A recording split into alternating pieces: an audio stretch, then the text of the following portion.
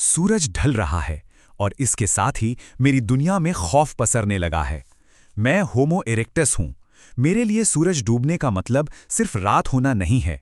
इसका मतलब है मौत के साए में चले जाना। मेरे पास कोई घर नहीं है, कोई सुरक्षा नहीं है। बस एक चट्टान है जिसके पीछे मैं दुबक कर बैठा हूं। हर गुजरता पल, पत्तों की हर सरसराहट मेरे दिल की धड़कन तेज कर रही है। क्या आज रात मैं बच पाऊंगा? जैसे जैसे रोशनी गायब होती है, अंधेरा इतना घना हो जाता है कि मुझे अपने खुद के हाथ भी दिखाई नहीं देते। और फिर वो जानलेवा ठंड शुरू होती है। ऐसी ठंड जो हड्डियों को जमा दे। लेकिन सच कहूं, सबसे भयानक चीज ये ठंड या अंधेरा नहीं है। सबसे खौफनाक हैं वो आवाजें। दूर से लकड़बग्घों और जंगली बिल्लियों के खुर्राने की आवाजें आ रही हैं। वो इस अंधेरे के राजा हैं और मैं बस उनका शिकार हूं। मैं और मेरे साथ के कुछ लोग बस एक दूसरे से चिपक कर बैठे हैं, कांप रहे हैं। हम इस धरती के सबसे ताकतवर जानवर बिल्कुल नहीं हैं, बल्कि हम सबसे कमजोर और असुरक्षित जीवों में से हैं। सूखी टहनी के टूटने की एक छोटी सी आवाज भी हमारी रूह कपा देती है। हमें नहीं पता कि अगला ही पल हमारी जिंदगी का आखिरी पल होगा या नहीं। ये कोई आम रात नहीं है। ये जिंदगी और मौत के बीच चलने वाली एक ना खत्म होने वाली जंग है। जरा सोचिए, हमारे पूर्वजों की यानी आदि मानव की ये कैसी खौफनाक हकीकत थी। दिन के वक्त उनका एक ही मिशन होता था, किसी भी तरह बस पेट भरना। वो अक्सर शिकारियों का छोड़ा हुआ कच्चा मांस चबाने को मजबूर थे, जिसे खाना और पचाना बहुत मुश्किल था। उस मांस के बैक्टीरिया उन्हें अक्सर बीमार कर देते थे। और रात तो जैसे खौफ का दूसरा नाम थी। ठंड उनके लिए एक अदृश्य दीवार की तरह थी, जिसने उन्हें एक बहुत ही छोटी सी दुनिया में कैद कर रखा था। वो ठंडे इलाकों में जाने की सोच भी नहीं सकते थे। और फिर आया वो दौर जब सब कुछ बदलने वाला था, जंगल में एक चिंगारी से।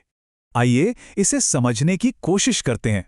उस बेइंतहा डर के बीच एक ऐसा पल आया जिसने मानव इतिहास को हमेशा हमेशा के लिए बदल दिया। आसमान से अचानक बिजली गिरी और जंगल धू धू कर जल उठा। अब शुरुआत के कुछ सेकंड्स में जाहिर है ये आग उनके लिए एक भयानक राक्षस जैसी थी, जिससे जान बचाकर भागना था। लेकिन कुछ मिनट की उस अफरा तफरी के बाद जब हमारे पूर्वजों ने पीछे मुड़ के देखा तो एक बहुत ही हैरान करने वाली बात नोटिस की। उन्होंने देखा कि जिन खूंखार जानवरों से वो कांपते थे, वो भी इस आग से खौफ खा रहे थे। अब कुछ ही घंटों में वो डर धीरे धीरे जिज्ञासा में बदलने लगा। और फिर कुछ दिनों बाद राख में पड़े एक जले हुए जानवर का मांस चखने पर उन्हें पहली बार एहसास हुआ कि अरे, ये तो कच्चे मांस से कहीं ज्यादा नरम, स्वादिष्ट और खाने में आसान है। ये हमारे इतिहास का बहुत ही भावुक और ऐतिहासिक पल था। पहली बार इंसान ने उस भयानक अंधेरी गुफा में प्राकृतिक आग की सुलगती हुई लकड़ियां लाकर रखीं। बस एक पल के लिए उस दृश्य की कल्पना कीजिए। जहां पहले सिर्फ खौफ और घना अंधेरा था, वहां अब रोशनी थी, गर्माहट थी और सबसे बढ़कर सुरक्षा का एक अनोखा एहसास था। उस रात शायद इतिहास में पहली बार इंसान बिना डरे चैन की नींद सोया होगा। अब हम आते हैं आग पर नियंत्रण पाने के सफर पर। अब देखिए, समस्या ये थी कि इंसान प्राकृतिक आग को जंगल से लाकर गुफा में संभाल तो सकता था, लेकिन उसे अपनी मर्जी से पैदा नहीं कर सकता था। हम पूरी तरह से प्रकृति के रहमो करम पर थे। अगर अचानक तेज बारिश आ जाए या आग गलती से बुझ जाए तो क्या होगा? फिर से वही खौफनाक अंधेरा, वही हड्डियां जमा देने वाली ठंड और जंगली जानवरों का खतरा। इसी मजबूरी ने इंसानी दिमाग में एक ऐसा सवाल पैदा किया जो आगे चलकर सबसे बड़ी तकनीकी क्रांति बना। क्या प्रकृति का इंतजार किए बिना अपनी मर्जी से आग बनाई जा सकती है? ये कोई रातों रात होने वाला चमत्कार बिल्कुल नहीं था। इसके पीछे हजारों सालों की मेहनत, अनगिनत असफलताएं और कभी न खत्म होने वाली वो एक जिज्ञासा थी। और फिर हुई वो खोज जिसने इंसान को सही मायनों में प्रकृति का मास्टर बना दिया। औजार बनाते वक्त जब दो पत्थर जोर से टकराए तो एक चिंगारी निकली।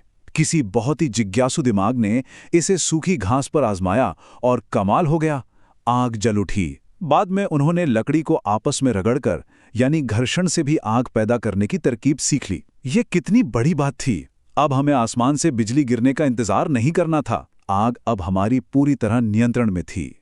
लेकिन ये सिर्फ सुरक्षा की बात नहीं थी। यहीं से शुरुआत हुई पके हुए भोजन की क्रांति की। इस बिंदु को समझना बहुत जरूरी है। आग पर नियंत्रण ने इंसानी शरीर में एक बहुत गहरा जैविक बदलाव किया। कच्चा मांस चबाने और उसे पचाने में हमारे शरीर की बहुत सारी ऊर्जा खर्च हो जाती थी, लेकिन आग पर पका हुआ मांस नरम होता था, सुरक्षित होता था और इसे पचाना बहुत ही आसान था। इसका सीधा सा मतलब ये था कि अब शरीर को कम मेहनत में बहुत ज़्यादा ऊर्जा मिलने लगी थी, और इसी बची हुई ऊर्जा ने एक बहुत बड़ा चमत्कार कर दिया। वैज्ञानिकों का आज भी यही मानना है कि अगर हमारे पूर्वजों ने आग पर खाना पकाना नहीं सीखा होता तो आज हमारा दिमाग इतना विकसित हो ही नहीं सकता था। पके हुए भोजन से जो अतिरिक्त ऊर्जा मिली, उसी ने हमारे दिमाग के आकार को बढ़ने और विकसित होने में मदद की। यानी आग ने सिर्फ हमारे लिए खाना नहीं पकाया, बल्कि सच कहें तो इसने हमारी सोच, हमारी बुद्धि और हमारे पूरे वजूद को ही एक नया आकार दे दिया। और इसी के साथ नींव पड़ी एक नई शुरुआत की, मानव समाज के जन्म की। जब पेट भरा हो, आप सुरक्षित हों और आपका दिमाग तेजी से काम कर रहा हो, तो इंसान सिर्फ जिंदा रहने के बारे में नहीं सोचता, वो आगे बढ़ने के बारे में सोचता है। जैविक विकास के साथ साथ आग एक तरह का मल्टी टूल बन चुकी थी। हमारे पूर्वजों ने लकड़ी के भालों को आग में तपाकर उन्हें और भी खतरनाक और सख्त हथियार बनाया।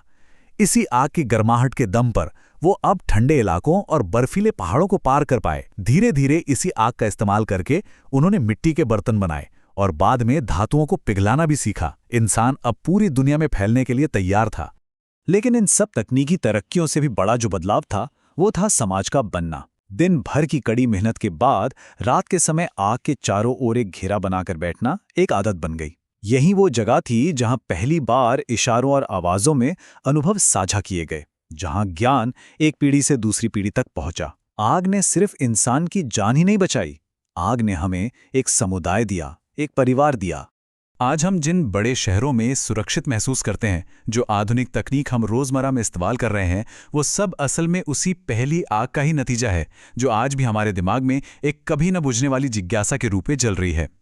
इस पूरी चर्चा ने हमें दिखाया है कि मानव इतिहास की शुरुआत तो खौफ से हुई थी, लेकिन हमारी इसी जिज्ञासा ने हमें पूरे ब्रह्मांड को समझने वाला जीव बना दिया। अब सोचने वाली बात यह है कि अगर एक छोटी सी चिंगारी हमें अंधेरे से निकालकर दुनिया का मालिक बना सकती है, तो हमारी अगली बड़ी खोज, हमारी अगली चिंगारी क्या होने वाली है।